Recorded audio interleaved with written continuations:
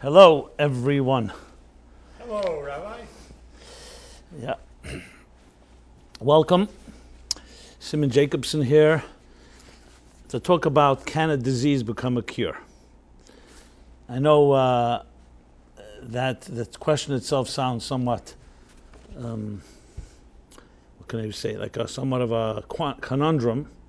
However, hopefully by the end of this discussion, we will all open our eyes to understand illness, cure, both on a personal, physical, and especially on a psychological, spiritual level in a new way.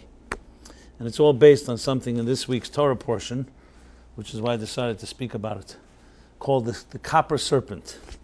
So all these words that seem cryptic right now will soon become clear. So generally speaking, when we think in terms of disease, whether physical disease or spiritual or psychological ailments and challenges, we all have our share of mistakes that we've done in our lives. Some intentional, some unintentional. We also have the different wounds and the different scars that we have picked up throughout our lifetimes. And generally, conventional wisdom and what we're usually told is, in the healing process, that we can get beyond it. We can grow through it. We can transcend. But a scar is a scar. A wound is a wound. So it doesn't seem logical that we should be able to really think in terms of that the disease itself becomes a cure. At best, it may be a catalyst, a springboard for growth. We can grow through pain, as many people have. But the question is, when you ask, can the disease itself, can the ailment, can the illness, can all the different words we'll use for it, can it itself become part of the cure? That doesn't seem logical, because in our language, in our human language, disease and illness and antidote are two opposites. But as we discussed last week, everything is down to the axioms of language. But when you start to understand things on a deeper level, even things that seem paradoxical can actually become make sense. Let's put it this way. And so let's take it back to the chapter I was referring to. So we have the story here.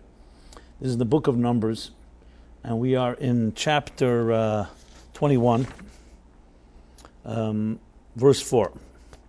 So the people begin to complain. This is not the first time that the Jewish people, their journey in the wilderness from Egypt going to the Promised Land, complain about this long, arduous journey, the fact that they have to eat the strange food, which was the manna, the bread from heaven. And as a result, a plague breaks out of venomous snakes. Venomous snakes that bit the people, and many people died. Then the people came to Moses and said, "We have sinned, we've spoken against God and against you. Pray to God, remove the snakes from us." Moses prayed on behalf of the people. Okay, we still need to understand why snakes of all things, but we'll get back to that. But here it gets even stranger. God says to Moses, "Make yourself a venomous snake and put it on a pole. What will happen is whoever has been bitten will look at it and live." I don't know if you've ever seen the medical symbol of a snake around a pole. Is taken from this verse. Moses then proceeded and made a copper snake and put it on a pole. Whenever a snake bit a man, he would stare at the copper snake and he would live. So this, it's one thing. Okay, fine. God is telling them that that if you pray to me or you atone, I will forgive you. But what is this snake on the pole? So Rashi, the classic commentator, citing the Medrash, says the following. He actually asked the question. A rabbi say, I'm quoting, "Does looking up at a snake cause death or life?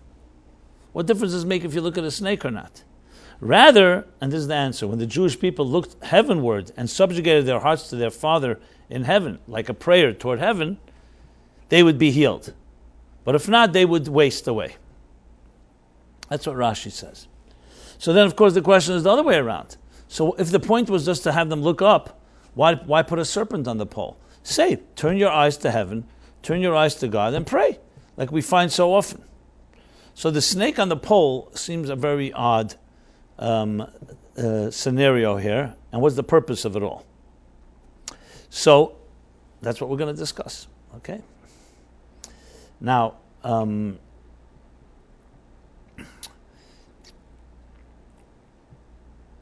are a few points that need to be made. The first one will begin with the Rabbi Simon Jacobson of Liadi in his classic work. This is Mystical Hasidic Teachings. He explains the following: that nothing on earth can exist that's pure disease and pure evil. Even the most evil, even the most venomous or toxic force has to have a root in a sacred, holy place. Since everything originates from God, and God is good, you cannot say that there is something on earth that is not some way divine and godly. So then how do we explain evil? How do we explain toxic forces? How do we explain any type of pain and hurt that we inflict on each other, or that is inflicted on us, and so on? So this is a complex, but very I don't even want to use the word elegant, but extremely brilliant and fascinating picture of how we understand good and evil in this world. And the answer is that this comes through the diminishments and the concealments of the divine presence. So let's use an analogy. The analogy is like this. A parent, a father, wants to elicit the ingenuity of his or her child. So the parent hides in a hiding place and says to the child, figure out where I am. This is one of the analogies given in Hasidic thought. And the child begins to look, but the parent has really concealed themselves well. Because the better they conceal themselves, the more ingenuity the child needs, right? Okay, right. Okay, so as a result, after a little time, the child begins to give up, begins to get distracted, says it's too difficult. At some point, the child may even convince themselves, especially, let's make it generational. The child tells this child, our parent is hiding, but I haven't succeeded in finding it. And the grandchild will say, maybe that the whole thing is a myth. So if you think of it as time passes, you can start convincing yourself that maybe there's nothing hiding at all. There's nothing concealed. It's just an illusion. But in fact, there's something is concealed. So where does so-called evil begin? Evil begins when we misunderstand the concealment of the divine. If we understood that a scenario where we may not see something open and we need to look for it, but we know it's there, then we keep focused, and we keep and we keep searching until we find what we're looking for. But let us say you start realizing, you start coming to the conclusion there's nothing there. There you start getting distracted and start living a life based on the concealment as if it's a given. And now you begin to have the situation which is called the potential for being disconnected and therefore being toxic or one person hurting another. To put it in different terms, we are really all human beings, part of one large organism. So how is it possible one human being can hurt another? How is it possible that there can be injustice and there can be pain and abuse and even death, murder, and so on, when we're all part of one entity? And if we hurt someone else, it's like hurting ourselves, as the Talmud says. The answer is the tzimtzum. The great tzimtzum, the secret of the tzimtzum that the Arizal, Isaac Luria, teaches, that this connection is concealed. If you knew your right arm and left arm were part of one body, there's no way your right arm is going to attack the left arm. But let's say you don't know. Let's say it's hidden from you. Then suddenly an organism can turn on itself, which is essentially what happens when infection takes place. I'm talking obviously in a more psychological and figurative sense, but it's also in a physical sense, that there's a concealment, there's something that does not allow us to see the inherent unity that connects us all. As a result, we can begin to hurt each other even though we're really hurting ourselves when we hurt another. So it's not the concealment per se that causes it, it's the misunderstanding of the concealment. So there's an expression, the Shalah, Rabbi Yitzchak Horowitz, the great 16th, 17th century scholar, writes a concept called klipa kodma lapri. When you look at a fruit, for example, let's take an orange. There's an orange peel, and there's a fruit inside. There's an apple peel with a fruit inside. These peels, or these husks, a nut and a husk, are called, that's where the root for the word klipa. If you've ever heard the word klipa, klipa means a husk or a peel. Now klipa is the word often used for evil, but it's not really evil. Klipa is a covering, a protective shell that conceals and protects the fruit within. Now, if we understood that, everything would be fine. But what happens if you forget that there's a fruit within and you start worshiping and focusing on the peel itself? That's when problems begin. The material world in which we live is a peel. It's a shell. It's a husk. The eating, the sleeping, doing business, making money. It's a means to reveal spiritual energy in this world. However, how many of us know that? How many of us see the means as an end in itself? That's where the problems begin. So if we were to understand the universe properly, we would see everything as simply being a shell, a klipa, for energy to be expressed. Once we don't see that, what happens is we convince ourselves that this outer superficial reality is it. Then what happens is that becomes the status quo, that becomes the modus operandi, and we worship materialism. And materialism, by definition, has an ego and a self, which turns into selfishness. If we understood the soul within everything, we would all be unified and we'd be selfless people. But since we begin to focus on the here and now, on the material husk, that's where the problems begin. That's when sin enters into the world. Adam and Eve, when they were created, they knew exactly that who they are and what they did was the same thing. Like I always point out, when people ask you, who are you? Usually you give them their business card, your business card. Why? Because that's exactly the problem. You're focusing on what you do, not who you are. But what you do is only a husk to who you really are. So Adam and Eve knew exactly. It was a seamless flow. That's why their sexuality was divine and sacred. And they didn't have an issue with any type of sin, because even their sexuality was not a selfish one. It was about expressing the divine will, expressing the divine power to give birth, the divine power of love, of man and woman coming together. Once they ate from the tree of knowledge, due to the seduction of what? Of the snake, the serpent, what happened? The serpent convinced them, first Eve and then she convinced Adam, that no, God doesn't want you to eat from the tree of knowledge, good and evil, because he doesn't want you to become like God.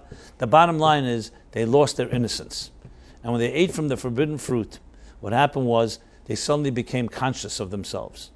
And that seamlessness between subject and object disappeared.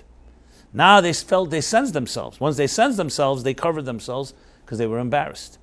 A newborn child, a young child, is not embarrassed of its nakedness or sexuality. Why? Because it's pure. There's nothing to be embarrassed of. It's once you sense yourself and your own interests, and you have a matter of shame, and you realize it's your interest may conflict with someone else's interest, that's when, of course, sexuality is always the epitome of the self in that sense. So that's when the venom of the serpent contaminated them. That's the expression used. The zuma of the nachash, the venom, the toxic serpent affected them. The truth is, the serpent was a messenger of God's to tempt them. Like I said, the concealment. Had they not listened, the whole purpose of the nachash, of the snake, of the serpent, was to tempt them and say, here is a temptation. And the tension of the serpent was, do not listen to me. Just like the Yetzer Hara, the evil inclination inside of us, is also a messenger of God's to tempt, in order for us to elicit the strength we have. It's like a test to see whether we have that inner strength to be able to discipline ourselves and not be seduced. That was the intention of the serpent, but it was misunderstood. The serpent's arguments were very compelling, and they ate from the tree of knowledge, and as a result, they began to sense a self that was independent of God. And ever since, we've been trying to reconnect. True seamlessness is when you are so much in the zone, you don't sense yourself. You just sense yourself as a channel, as an agent of higher purpose, of a higher reality. Now, okay, so then you can say that the serpent's bite, its venom, its toxins, it contaminated the human being, the human race. And at Mount Sinai, the Talmud says that that's when, Mount Sinai, when the Jews received the Torah was given to the world, it says, Posca, this toxin ceased. They were healed from the toxins. But then when they built the golden calf, it returned again. So we see the story is all about these toxins. Now, toxins per se, if you think about it, if they had not listened to the serpent and not been bitten by it, the toxins would have remained inside the serpent and serve a role. Just like, they say perfume, many of the natural perfumes come from the smell of a skunk. From a skunk or from another animal, what is it called? Musk. The musk. They're very strong smells, and when they detoxify them and get rid of the bad smell, it's a very strong and pleasant perfume. So you see that something that's very powerful doesn't necessarily mean it's a negative thing. The problem is when it crosses the borders and the toxins of the serpent enter into the human being. That's only possible if you give in and succumb to the seduction of the serpent. At Sinai they were healed, but then the golden calf, again it returned. And here again the serpent makes an appearance in this week's chapter. The people again are complaining. They're again disconnecting. They had just seen miracles. They had seen God protected them. God took them out of Egypt. They had experienced Sinai. They experienced almost 40 years in the wilderness, protected in a very harsh and hostile wilderness. And yet, they still complain. So the serpent that was sent is not just some type of accident, a serpent. God could have sent a different type of predators. The serpent is the reminder of the serpent, the original Nachash HaKadmoni, the primordial serpent, which is always symbolic of that Yetzer Hara, of the evil inclination. And if you think about it, serpents elicit a certain fear in us more than other creatures. There's something about serpents, snakes, that makes us very chilled by it. It's very chilling, I should say. And the Torah tells us why, because when the serpent, after the eating from the tree of knowledge, the serpent was then an animal walking on legs. God said, now you will walk on your belly, you will eat the dust of the earth, and you and man will be mortal enemies. And we see that. When people see serpents, they're not attracted to them. I mean, there are people who collect serpents, people who have mastered art, but generally speaking, a serpent, if you saw a serpent right now crawling in your bedroom, you would not suddenly say, hey, great, it looks great, it's a great little creature. Even if it's not toxic, because they have that slithery thing, like you say, you're a snake. It's considered an insult when you call somebody a snake. Sly like a snake, a serpent, serpentine.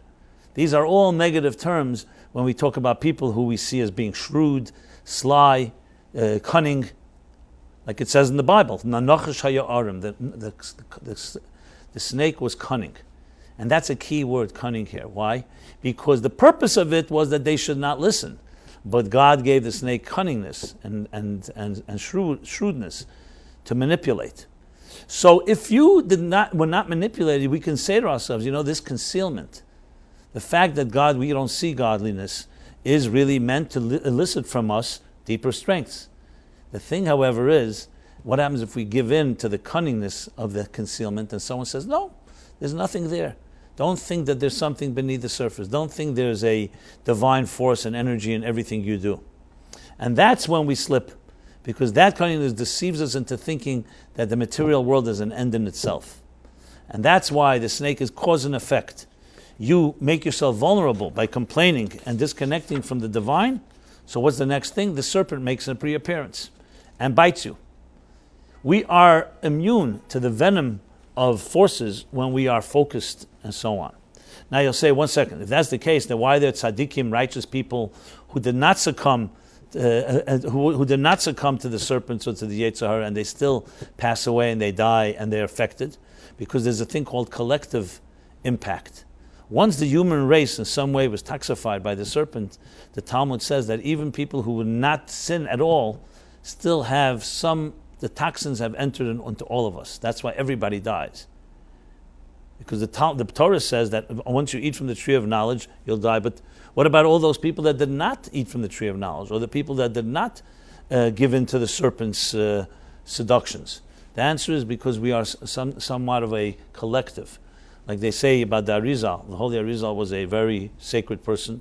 So his students asked the question, why on Yom Kippur, we say Al-Chet.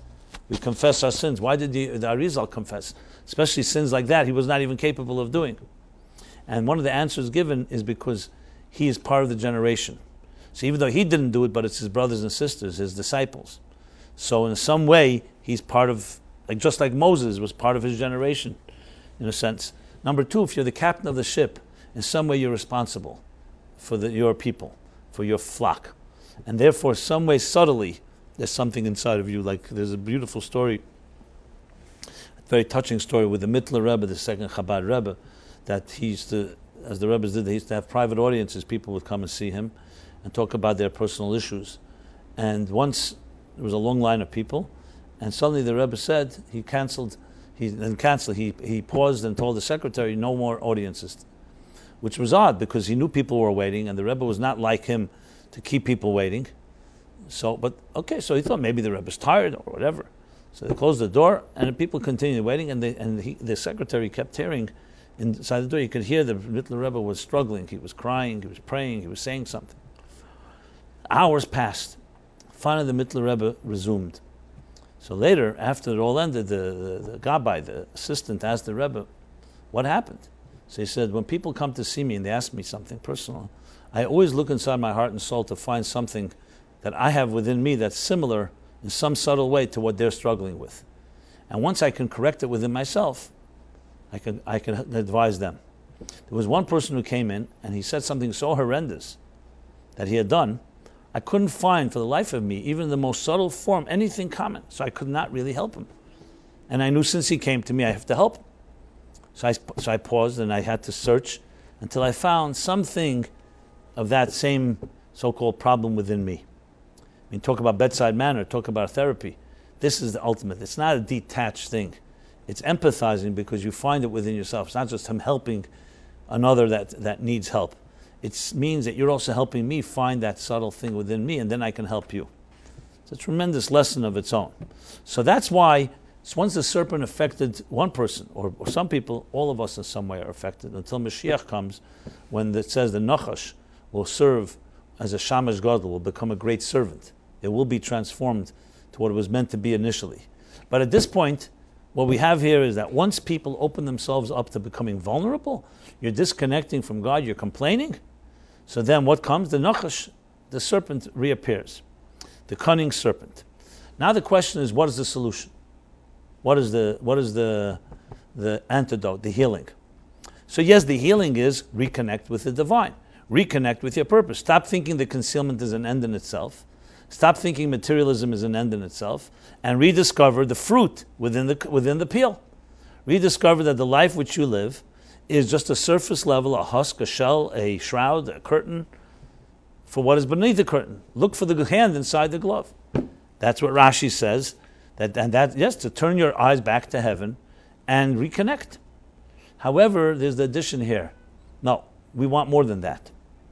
We want to deal with the root of the problem here. Not just, as I said at the beginning of this discussion, not just erase and get rid of the toxins and heal, but we want to remedy it from the root, uproot it in its source. So God says to Moses, put up a serpent, an image of a serpent, obviously, even though he didn't say a copper one, because Nachash and Necheshes are the same root. So Moses put up a copper serpent, an image, like an engraving of a copper serpent, and it wasn't just looking up to heaven, it was also looking up at the serpent. So the Alter Rebbe explains, fascinating, he says, it was not just to look up to heaven, it was look up to heaven to see the root of the serpent. It was through the serpent that we look at heaven. Realize that the serpent itself was created by God with a mission. And when you understand that its mission, you're not just ignoring it, you realize the serpent is part of your mission. This toxic, cunning serpent is part of the mission of your life. However, the mission is that you shouldn't listen to it. There are things you should do and there are things you shouldn't do. So when someone comes to you, for example, and says to you, come, help me go, let's volunteer and help some people, needy people in a hospital or so on. Obviously, that's a mission, that's a messenger from God coming to you and saying, come and do a mitzvah. What happens if someone comes to you and with a great plot and conspiracy to cheat someone else, to lie, to make money on the back of someone else, to hurt someone? You know, they want to get you into a plot and conspiracy. So, of course, if you're a decent person, if you're a person of values and integrity, you'll say, no, I'm not part of such a thing. I'm here to help people, not to hurt people, even if I'm to gain from it. That's obviously nice and admirable, beautiful. But there's something deeper. Realizing the person who came to tempt you was also sent by God. Not for you to listen to him, but for you not to listen to him. So if you think of the root of why did this person come to me? Why didn't they come to someone else? Because it's an opportunity for you to demonstrate, dig deeper, and find ingenious ways not to be tempted. Unfortunately, some people are tempted. So that's the real purpose of it.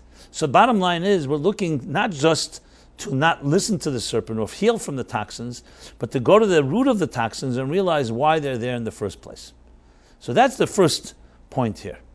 That, in other words, that it really comes going back to the root of who created the serpent. But that still begs some explanation. The next level explanation goes even deeper. There's a concept called in the Talmud, it asks a question why Ovadia, the prophet Ovadia, prophesizes some of the greatest prophecies of the Messianic era.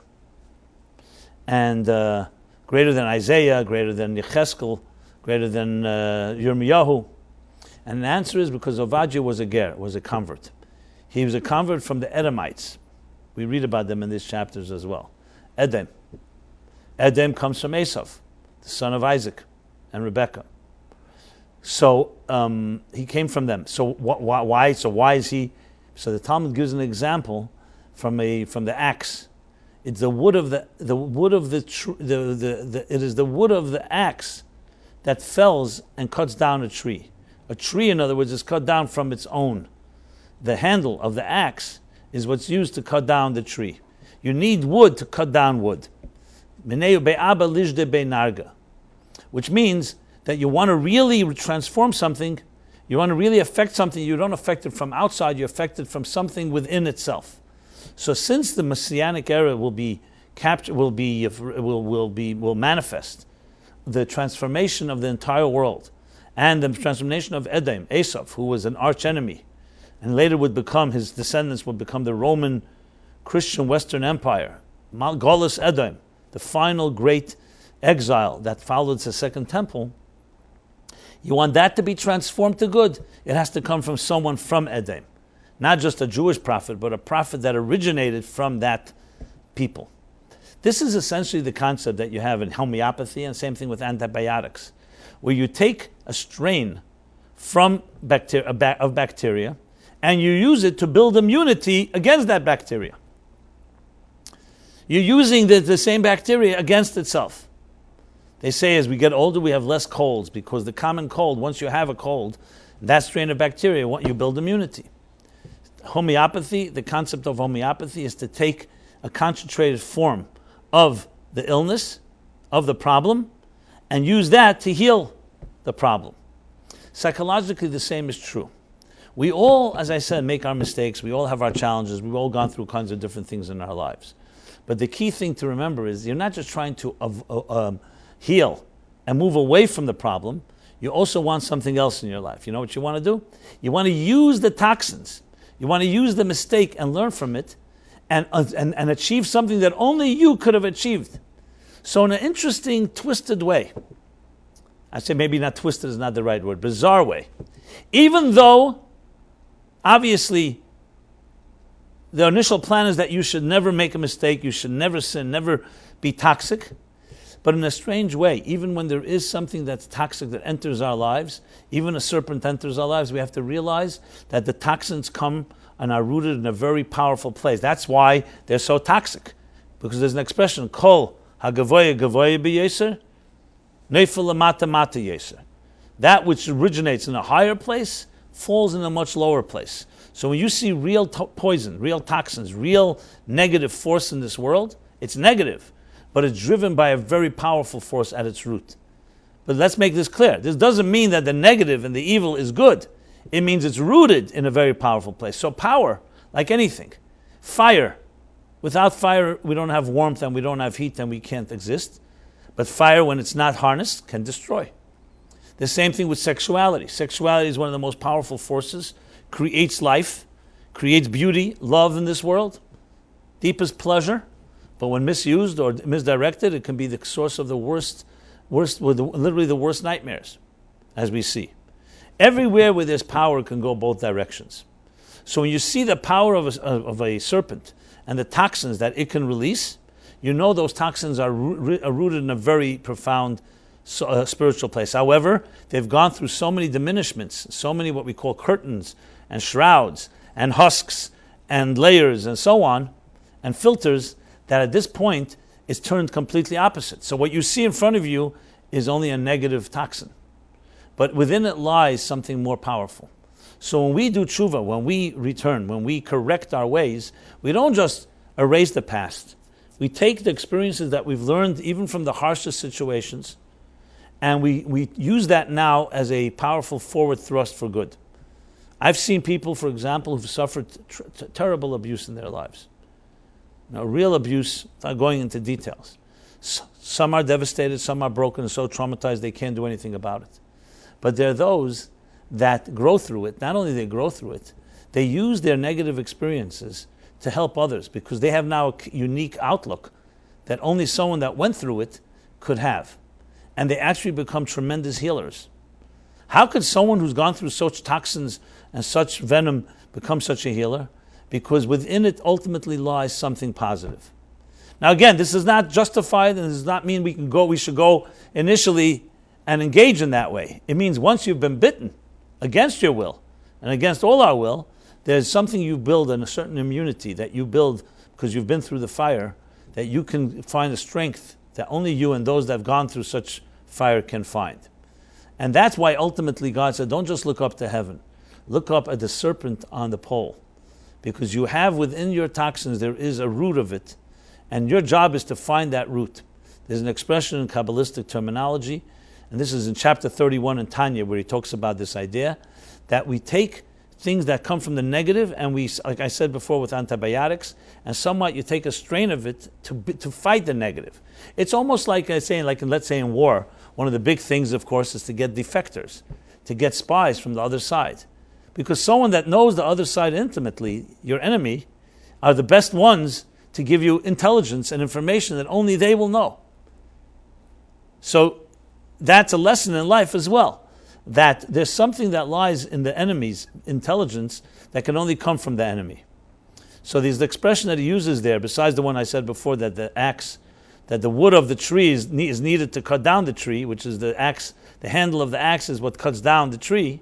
The handle of the axe, rather, is the wood that cuts down that cuts down a tree. He says that the gvuras nimtakim b'sharsham.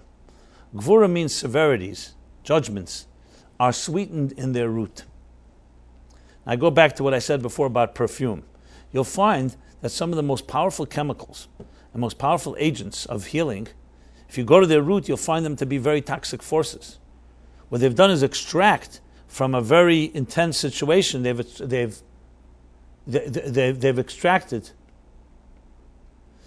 extracted from a very toxic scenario the strains that can be used for positivity. You find this, for example, in nuclear energy. We know nuclear energy, when it's contained, can achieve tremendous things. It's not contained, what does it release? Radioactivity that attacks on the cellular level. So anything that is extremely powerful can go in both directions. So when something is used in the wrong way, the way to do it is you want to not just remedy it, but you want to use the force itself against itself by extracting and realizing that the root of the serpent is actually a very powerful sacred force. So in practical, in our lives, so that's why ultimately it wasn't just looking up to heaven, it was looking at the serpent, which is the root, for the serpent below is rooted in the serpent above.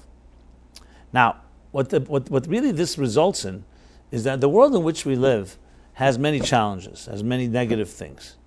But number one is that behind the surface of everything there's positive energy. Number two is even the negative is rooted in something that has a positive force. I have to keep qualifying this because I don't want any misunderstanding. It's not because the negative has anything positive in it, it's the negative is rooted in a positive place. So when you see someone, let's say, has been deeply hurt, or someone that has hurt another, you could look at them as evil incarnate. And sometimes there are situations where, yes, you need to lock them up. You may even need to kill them because they're so dangerous that if you leave them one moment, I think most people would agree if they met Hitler, he would deserve to be killed because you couldn't trust that he would ever not be a threat. Just to use an extreme example. Okay? However, that doesn't mean that it's completely evil. It means its evil is so powerful, it's dominated, and there's nothing we can do. It's almost like you have to amputate because the infection has spread. But that's extreme situations. What about people you meet that have made grave errors, even intentional ones, deliberate ones? Are they rehabilitatable? Rehabilitatable? Is that the expression? Capable of rehabilitation. Capable of rehabilitation. The answer is because ultimately everyone is created in the divine image, and there's something positive, and even the negative thing they did has a root in positive. You have an example in the Talmud. The Talmud says that someone's born a certain time of the month, or certain month, Madim, Mazal Madim, which is an aggressive sign.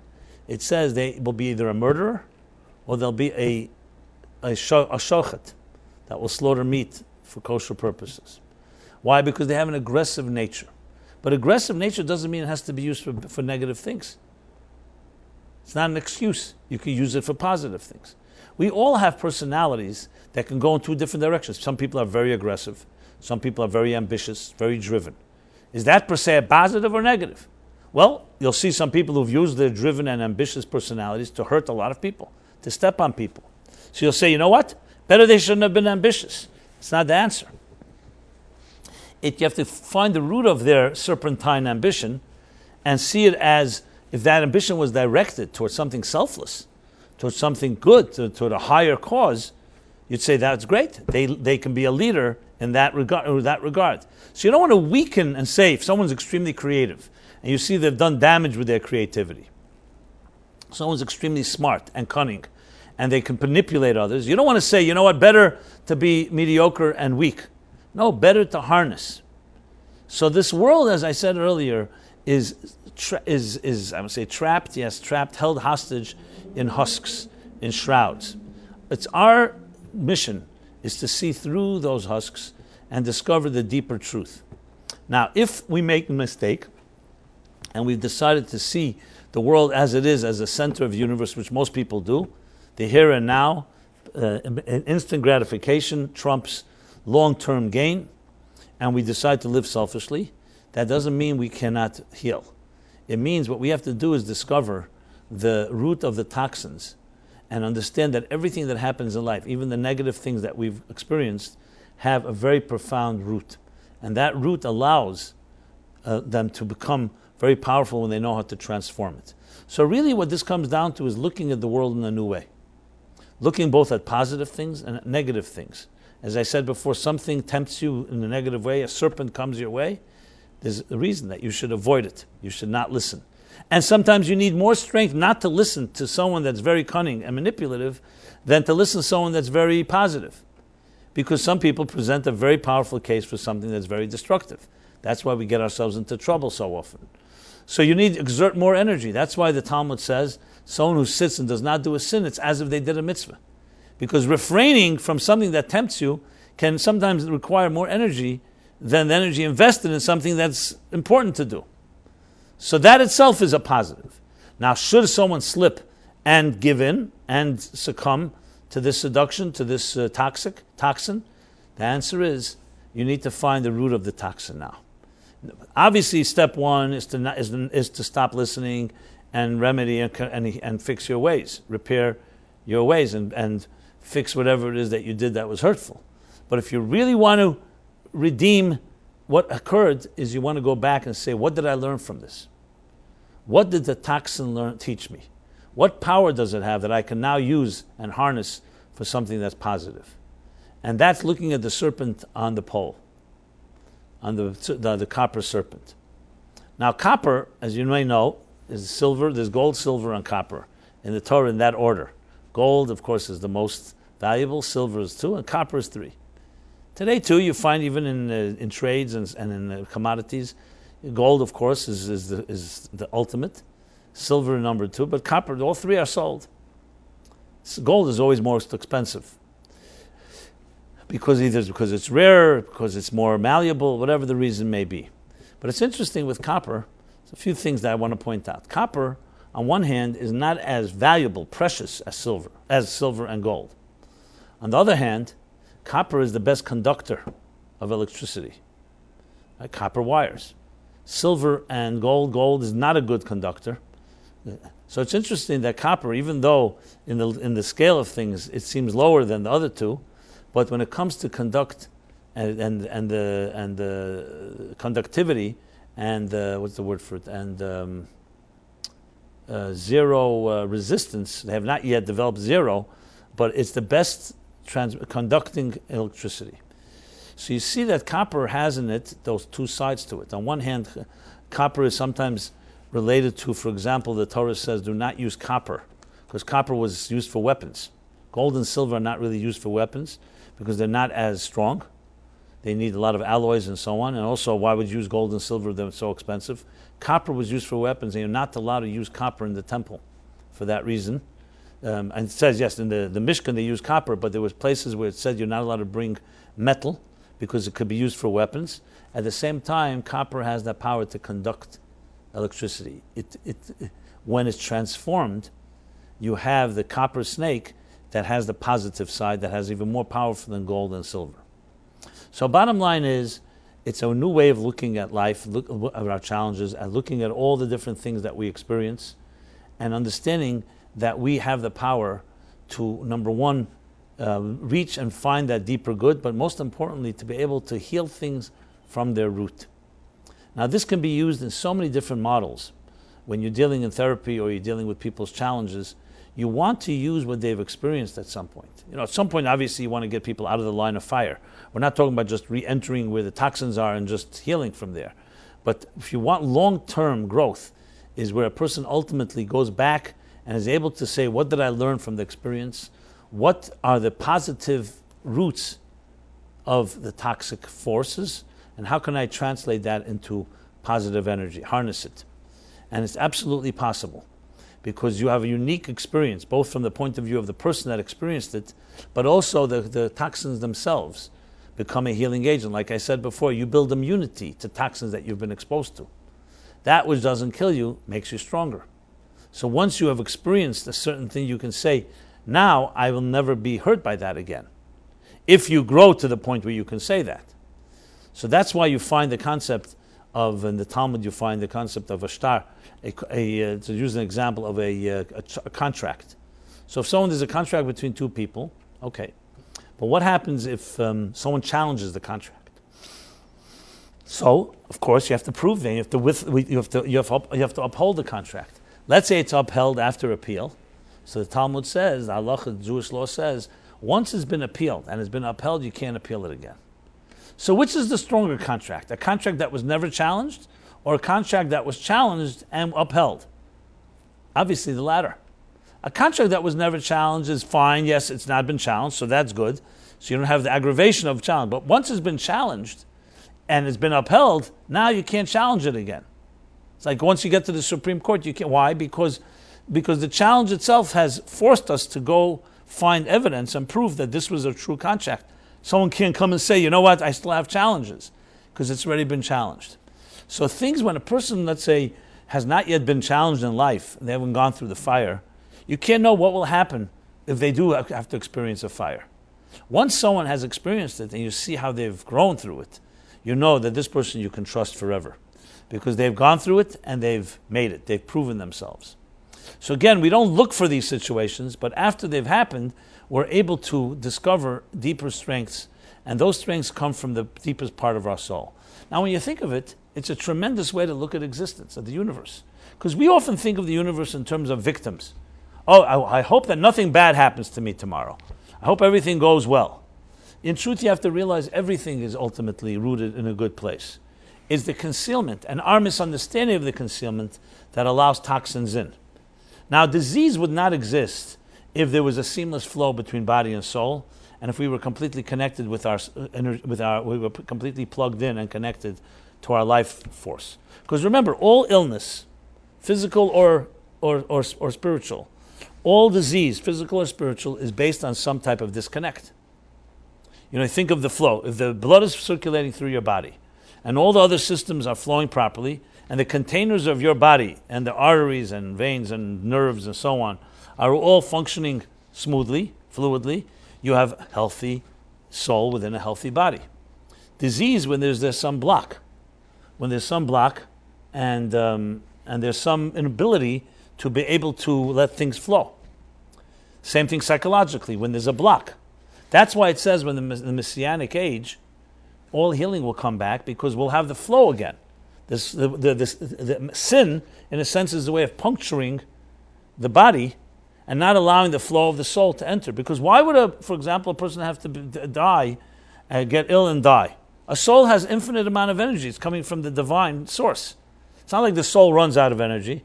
Think of a cup with water. If it was not due to evaporation, the cup would retain the water all the time.